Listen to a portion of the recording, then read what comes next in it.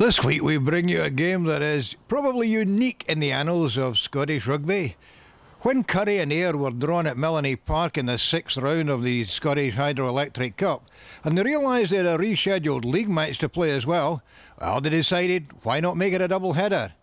They asked the SRU, Murrayfield surprisingly approved, so now we've got a game with Currie taking on Ayr in both the league and the cup. There's never been a lot between these sides. So if we have the crazy situation where it's a draw at full time, that'll be the league result. It'll go on, and extra time will decide who goes forward in the cup. As I say, these games are always pretty tight. Our home advantage has always been a big factor. Early on, though, it was Ayr who put the pressure on. Scrappy pass there, tidied up by Stuart McGorian, taken out by Mark Cairns. Ayr up over the 22 with that wee jink from Fraser Climo. Carried on by Scott Sutherland, picked up there Richard McCallum over the 22, taken on by Gordon Reid.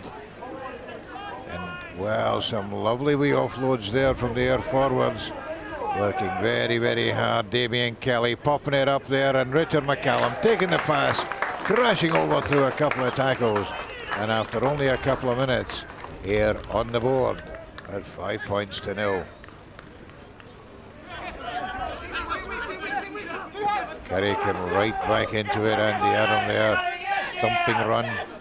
Richard Snedden popping it up. What a run there down the wing by Ross Weston. He had Dougie White inside him, and that was a try-saving tackle by Fraser Climo. But Currie really with their tails up and taking the game to Ayr.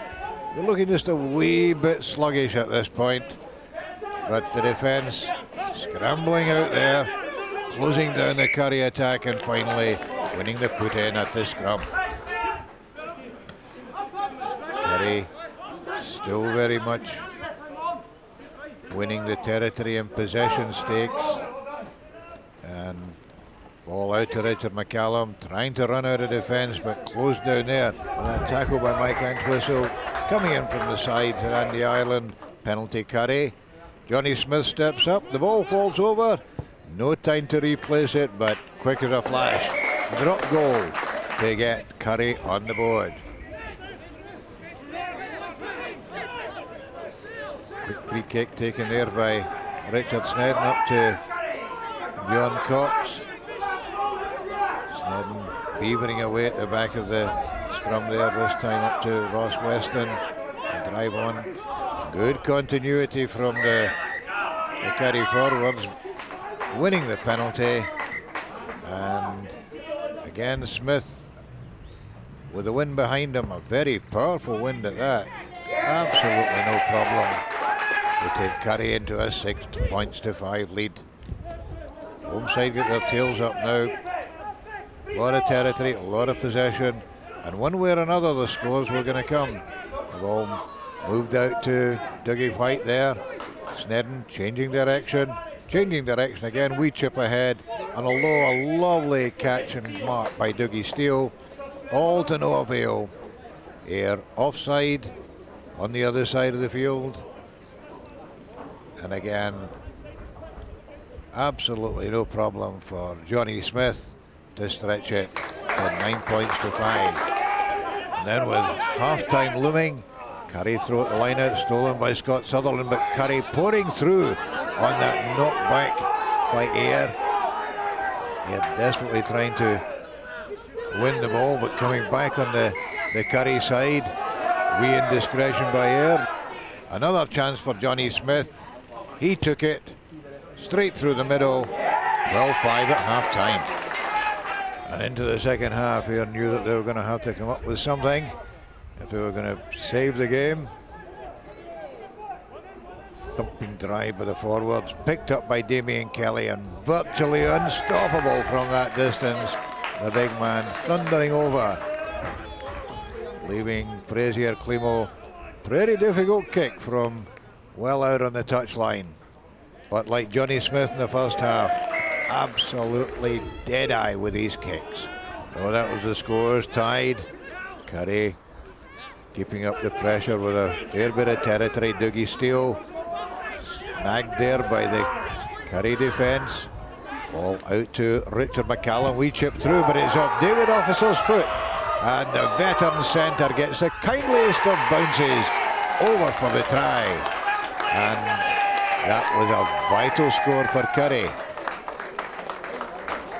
They turned the territory and possession into points. And despite hitting it into the wind, Johnny Smith, they get to 19 points to 12. So right on the 80th minute, Ayr knew that it was desperation stakes. Something had to happen, and happen it did. Looping past to Frazier Climo, and oh, that was magical. How did he do that? Quite uncanny against a Currie side who are no mean defenders. The kick to come to tie the scores. Over it went, 19-all. Well, well, well. Was it going to go to extra time? It certainly went to uncontested scrums. Steal to Climo, wee fumble. Richard McCallum having another dip at the Currie defence. Damien Kelly. Well, big man still there, still having a go. And whoops, Currie just getting a wee bit overexcited. And the Ireland gives the penalty. Climo knew that. Tried a speculative drop goal, but knew he was getting the penalty. Deep in injury time, this one to win the game. Straight through the post. Total dejection for Currie. Total euphoria for Ayr. Now, I said that games between Currie and Ayr are always pretty close affairs, but how close can you get? 19-all after 80 minutes, extra time looming, and then the last penalty of the game wins it for Ayr. And they'll go on into the quarter-finals now, where they will meet either Aberdeen Grammar Rugby or Melrose, who meet up at Aberdeen in the 6th round. I tell you what, Ayr are still on course for that championship and cup double. Keep an eye on them. This is Ron Evans for Scottish Rugby Television.